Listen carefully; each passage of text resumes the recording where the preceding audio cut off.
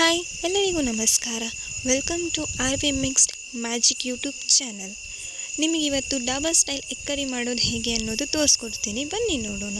ಮೊದಲು ಒಂದು ತಪ್ಪಲೆಗೆ ಮೊಟ್ಟೆ ಹಾಕ್ಕೊಂಡು ಅದನ್ನು ಬೇಯಿಸೋಕ್ಕಿಡಿ. ಅದಾದ್ರ ಮೇಲೆ ಅದಕ್ಕೆ ಇಂಗ್ರೀಡಿಯೆಂಟ್ಸ್ ಏನು ಬೇಕು ಹೇಳ್ತೀನಿ. ಮೊದಲು ಈರುಳ್ಳಿ, ಶುಂಠಿ ಬೆಳ್ಳುಳ್ಳಿ ಪೇಸ್ಟ್, ಮೆಂತ್ಯ ಸೊಪ್ಪು, ಕೊತ್ತಂಬರಿ, ಕರಿಬೇವಿನ ಸೊಪ್ಪು. ಈಗ ಬಾಣಲಿಗೆ 2 ಟೇಬಲ್ ಸ್ಪೂನ್ ಎಣ್ಣೆ ಹಾಕ್ಕೊಂಡಾದ್ಮೇಲೆ ಪಲಾವ್ ಎಲೆ, ಯಾಲಕ್ಕಿ, ಚಕ್ಕೆ, ಲವಂಗ ಮತ್ತು ಜೀರಿಗೆ ಎಲ್ಲವನ್ನು ಸ್ವಲ್ಪ ಹಾಕ್ಕೊಂಡಾದ್ಮೇಲೆ ಕರಿಬೇವಿನ ಸೊಪ್ಪು ಹಾಕ್ಕೊಂಡು ಚೆನ್ನಾಗಿ ಫ್ರೈ ಮಾಡಿ. ಅದು ಫ್ರೈ ಮಾಡಾದಮೇಲೆ ನೀವು ಬೇಯಿಸ್ಕೊಂಡಿದ್ದೀರಲ್ವ ಮೊಟ್ಟೆ, ಅದನ್ನು ಹಾಕ್ಕೊಂಡು ಒಂದು ಸೆಕೆಂಡ್ ಚೆನ್ನಾಗಿ ಫ್ರೈ ಮಾಡಿ.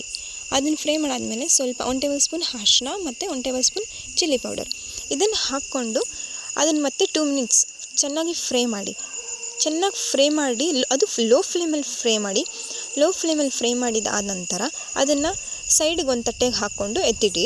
ಅದಾದಮೇಲೆ ಅದೇ ಬಾಣಲಿಗೆ ಒಂದು ಕಟ್ ಮಾಡಿರ್ತೀರಲ್ವ ಆ ಈರುಳ್ಳಿನ ಸಣ್ಣದಾಗಿ ಹಚ್ಕೊಂಡು ಹಾಕ್ಕೊಂಡಾದ್ಮೇಲೆ ಆ ಈರುಳ್ಳಿನ ಚೆನ್ನಾಗಿ ಫ್ರೈ ಮಾಡಾದ್ಮೇಲೆ 1 ಟೇಬಲ್ ಸ್ಪೂನ್ ಶುಂಠಿ ಬೆಳ್ಳುಳ್ಳಿ ಪೇಸ್ಟ್ ಹಾಕ್ಕೊಳ್ಳಿ.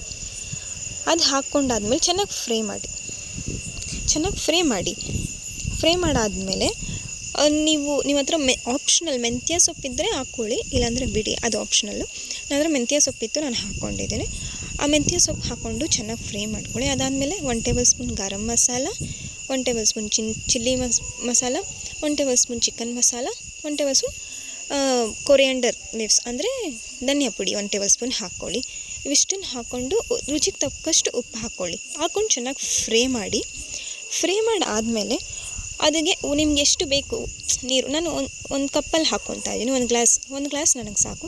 ನಿಮಗೆ ಎಷ್ಟು ಬೇಕು ಅಷ್ಟು ನೀರು ಹಾಕ್ಕೊಳ್ಳಿ. ನಿಮಗೆ ಹಾಕ್ಕೊಂಡಾದ್ಮೇಲೆ ಒಂದು 5 ಮಿನಿಟ್ಸ್ ಲೋ ಫ್ಲೇಮಲ್ಲಿ ಚೆನ್ನಾಗಿ ಉರಿಯಿರಿ. ಅದನ್ನು ಚೆನ್ನಾಗಿ ಹುರಿದಾದ್ಮೇಲೆ ಮಸಾಲೆ ವಾಸನೆ ಎಲ್ಲ ಹೋಗಬೇಕಲ್ವ, ಅದಕ್ಕೆ ಚೆನ್ನಾಗಿ ಉರಿಯಿರಿ. ಅದನ್ನು ಹುರಿದು ಒಂದು 5 ನಿಮಿಷ ಕ್ಲೋಸ್ ಮಾಡಿ. ಈಗ 5 ನಿಮಿಷ ಆಗಿದೆ. ಇವಾಗ 5 ನಿಮಿಷ ಆದಮೇಲೆ ನೋಡಿ ಎಷ್ಟು ಚೆನ್ನಾಗಿ ಕಾಣಿಸ್ತಾ ಇದೆ, ಕಲರ್ ನೋಡಿ ಎಷ್ಟು ಚೆನ್ನಾಗಿ ಕಾಣಿಸ್ತಾ ಇದೆ. ಈಗ ಮೊಟ್ಟೆನ ನೀವು ಫ್ರೈ ಮಾಡ್ಕೊಂಡಿರ್ತೀರಲ್ವ, ಆ ಮೊಟ್ಟೆನ ಬಾಣಲಿ ಒಳಗಡೆ ಹಾಕಿಬಿಟ್ಟು ಒಂದು 2 ಮಿನಿಟ್ಸ್ ಲೋ ಫ್ಲೇಮಲ್ಲಿ 2 ಮಿನಿಟ್ಸ್ ಬಿಡಿ. ಅದನ್ನು ಬಿಟ್ಟು ನೀವು ಇದನ್ನು ಚಪಾತಿಗೂ ಹಾಕ್ಕೊಂಡು ತಿನ್ಬೋದು. ನೋಡಿ ಚಪಾತಿಗೆ ಎಷ್ಟು ರುಚಿಯಾಗಿರುತ್ತೆ ಅದು. ಚಪಾತಿ ಮತ್ತು ರೈಸ್ಗೂ ಹಾಕ್ಕೊಂಡು ತಿನ್ಬೋದು. ನೀವು ಒಂದು ಸಲ ತಿಂದರೆ ಇನ್ನೊಂದು ಸಲ ತಿನ್ನಬೇಕು ಅನಿಸುತ್ತೆ, ಅಷ್ಟು ರುಚಿಯಾಗಿರುತ್ತೆ. ಒಂದು ಸಲ ಟ್ರೈ ಮಾಡಿ ನೋಡಿ, ತುಂಬ ರುಚಿಯಾಗಿದೆ.